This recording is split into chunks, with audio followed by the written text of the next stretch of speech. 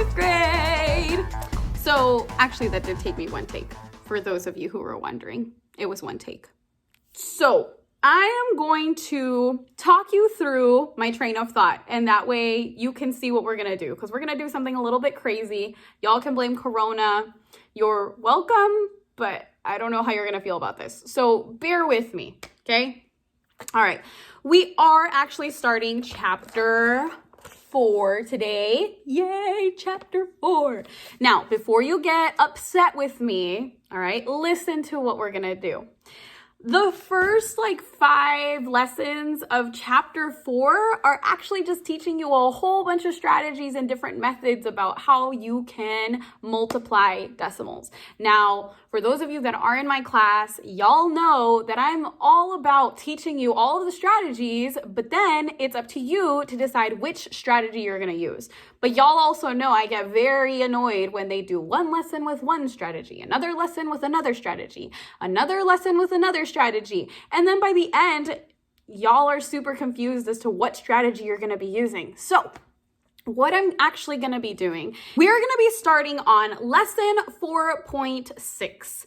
And what I'm going to do is I'm going to teach you all the different ways that you can multiply decimals. I'm still going to be following the problems that they're giving us in this lesson, but you get to decide which method you're going to use to solve your problems.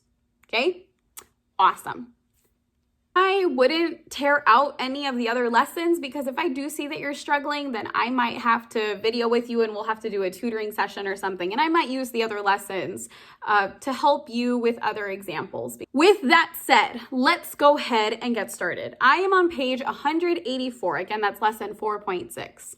It says, the distance from Charlene's house to her school is 8/10 of a mile. Charlene rides her bike 7/10 of the distance and walks the rest of the way. How far does Charlene ride her bike to school? And it says you can use decimal squares to multiply. Again, I'm going to show you how to multiply. There's going to be about 4 different methods that you can use, and then you can just pick one. Okay, I have our 4 different methods that we're going to use. For all of these, you can use squares. I'll explain what that is. Expanded form, the traditional way, or what we usually call Miss Chacon's way, which is really, parents, just the way that we were taught in school, and drawing it out. So let me start off with squares. I don't have a decimal square, so I'm going to explain to you what it is. Here we have our problem, which is 7/10 times 8/10. What they would do is that every single cube in a decimal square is actually 1/100th. If we were to expand that even more, then we would have our 1,000th. So one row is actually going to be a 10th.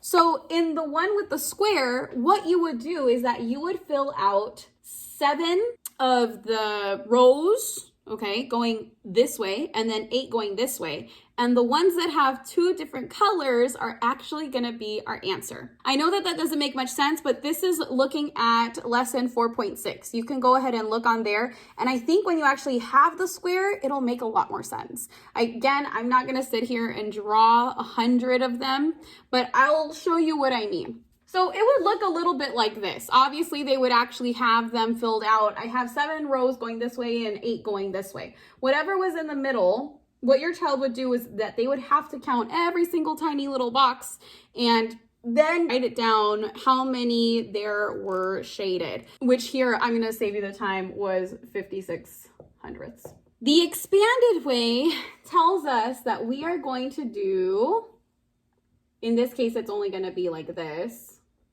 It'd be 1 box up here, and this would be for 0.7 or 0.8, it doesn't really matter. And over here it'd be for the other number, which in this case was 0.8 for me.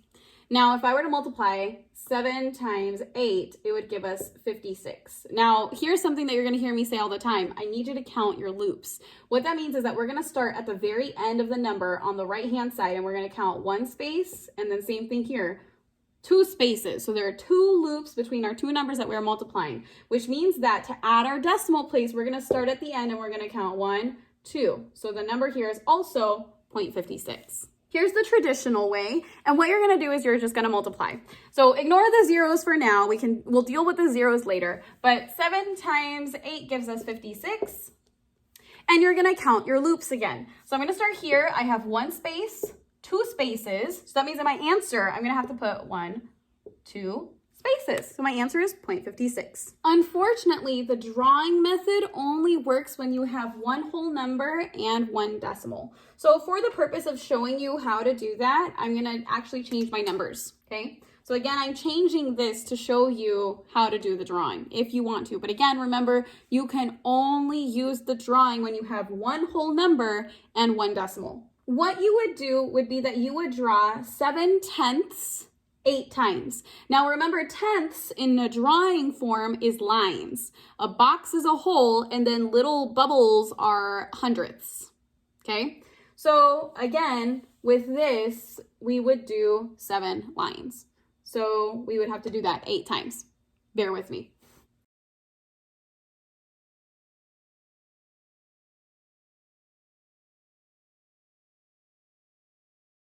Now, before I move on, I'm going to want to regroup all of these spare ones to combine them into tens, so that way we can find our boxes, okay? So again, we usually start with the smallest one that we have. Again, we don't have any bubbles here, so we're going to start with our lines.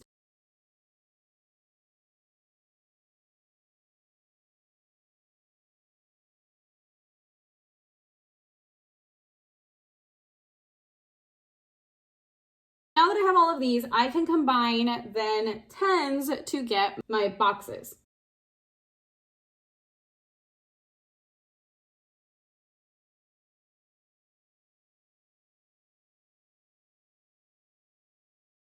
Now I have all of these, and just because this looks very messy, I'm going to transfer how many I have left. All right, so I can now write my answer. Remember, the boxes are whole numbers, and these are tenths. So this would actually be 5.6 because I have 5 whole boxes and 6 tenths. Now remember, the drawing only works when you have 1 decimal and 1 whole number. On this one, it doesn't really give us any kind of word problem. We just multiply. So we're multiplying 3/10 times 1 and 4/10. Okay, for this one, I actually needed 2 squares because I have a whole number. It's 1 and 4/10. So I'm gonna fill up 1 whole square, and then I would fill up like about here. That's like 4/10-ish. It's close to half. So now I would do the 3/10. So I would have 3 rows filled in. 1, 2, 3. And then all of this shaded area is what you would count, however many squares are shaded. So that would actually be 0.42. Now for expanded form, it's just literally writing the numbers in expanded form, and then you're multiplying them by each other. Now notice in the other one, I only had 1 square for these. Now I have 2 because I have 2 different numbers. So here I'm gonna look at this, and I'm just gonna multiply for now. I'll do the decimals in a second. But 3 times 1 gives us 3. 3 times 4 gives us 12. Now go back and count your loops. So I have 1 here. Technically this should have been 30 because it's at 10, sorry. 1 here, so 2 loops. So on this one, I have 1 loop here and 1 loop here. So I'm gonna count 1, 2, there we go. Now I have these 2 different numbers, which is 0.30 and 0.12. What you're gonna do is you're gonna take them and you're gonna add them. Don't forget, line up your decimals. Ta-da! And our answers match so far. Let's do the traditional way, or the Miss Chacón way. Woohoo! For myself and just the things that I like to put the number with most of the numbers on the top. So if it has 3 numbers that we're multiplying, that's not a 0. I like to have it on top, but that's just how I am. Okay, so we're gonna just multiply normally, and then we'll deal with the decimals at the end. Now I already counted my loops. There's 1 loop, 2 loops. So in my answer, I'm gonna put 2 loops, just like that. And there you go, all of our answers match. Now, remember, I didn't do the drawing because one of these is not a whole number. Even though this one is, you know, it has a whole number in it, it's not a whole number because it's got still the 4/10. So we can't do the drawing method. All right, guys, you have 4 different methods that you can use here to do your multiplication for lesson 4.6. Best of luck. You guys got this. Go kill it. Panda, panda, panda, panda, Panda Family Productions.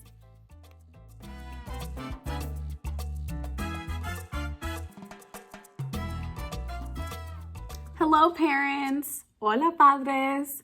I just finished showing the kids that there are 4 different ways that you can multiply decimals. Les acabo de enseñar a los niños que hay 4 diferentes maneras de multiplicar decimales. Now, we were all taught this way. En los Estados Unidos nos enseñaron esta manera, la manera tradicional, que yo lo llamo the traditional way, which is what I call it. So this is probably what is more familiar to you. A lo mejor eso se les va a hacer más familiar o más conocido. But I'm going to teach you all of the different ways, and then the kids get to pick which method they want to use. Les voy a enseñar todos los métodos y luego los niños pueden escoger cuál método van a usar. So I have a problem up here. Tengo ya el problema aquí. I'm going to show you with squares. Les voy a enseñar con cuadros primero. One square tendrían un cuadro. And it's a little harder for me here because I don't have all of the little grid lines that they do. Es dificultoso para mí hacerlo aquí porque yo no tengo todos los cuadritos chiquitos que tienen los niños, but this is what it would kind of look like. Así es como parecía. It would have 100 little squares, tendría 100 cuadritos chiquitos, and this helps the kids to find their numbers. Esto ayuda a los niños con los números. What they would do would be that they would have 7 rows. Tendrían 7 líneas para abajo, and then they would have 3 lines, y luego 3 líneas para este lado. And you would circularían the parts that are in common, las partes que están en común. And when you count all of the boxes, y cuando cuentan todos los cuadritos chiquitos, it would give you, les daría 21 hundredths, punto 21, okay? With expanded form, con manera expandida, what you would do would be that you would have one side for every number. Tendrían un lado del cuadro para cada número. Then you would multiplicarían, and you would do what I say, count your loops. Van a hacer lo que yo digo es contar las curvas. So here we start on this side. Vamos a comenzar en este lado, lado derecha, the right side always. And we're going to count, there's one space. Y es una curva, and same here. One space, una curva. So 1 plus 1, one loop plus one loop, una curva más una curva gives us 2, nos da 2. So I'm going to start here. Voy a comenzar aquí on the right side, en la mano derecha, again. And we're going to count 1, 2. Y vamos a contar 1, 2. Now, if we had more numbers, si tendríamos un cuadro más grande y habrían más números, in the end, you would add all of them together. And cuando ya conseguimos todas las respuestas, vamos a agregar todo juntos. But because we don't, then I can't. Entonces, pero porque no tenemos ahora en este problema, no lo vamos a poder hacer. Now, the traditional way, la manera tradicional, is like this. Es así. 7 times 3, 7 por 3 is 21, 21, and now count your loops. Cuéntale las curvas. So 1, 2, son 2. Start here, comienza aquí. 1, 2. And all of our answers match. Y todas las respuestas son iguales. With the drawing, con el dibujo, that only works, solo funciona when you have one whole number, cuando tienen un número entero, and one decimal, y un decimal.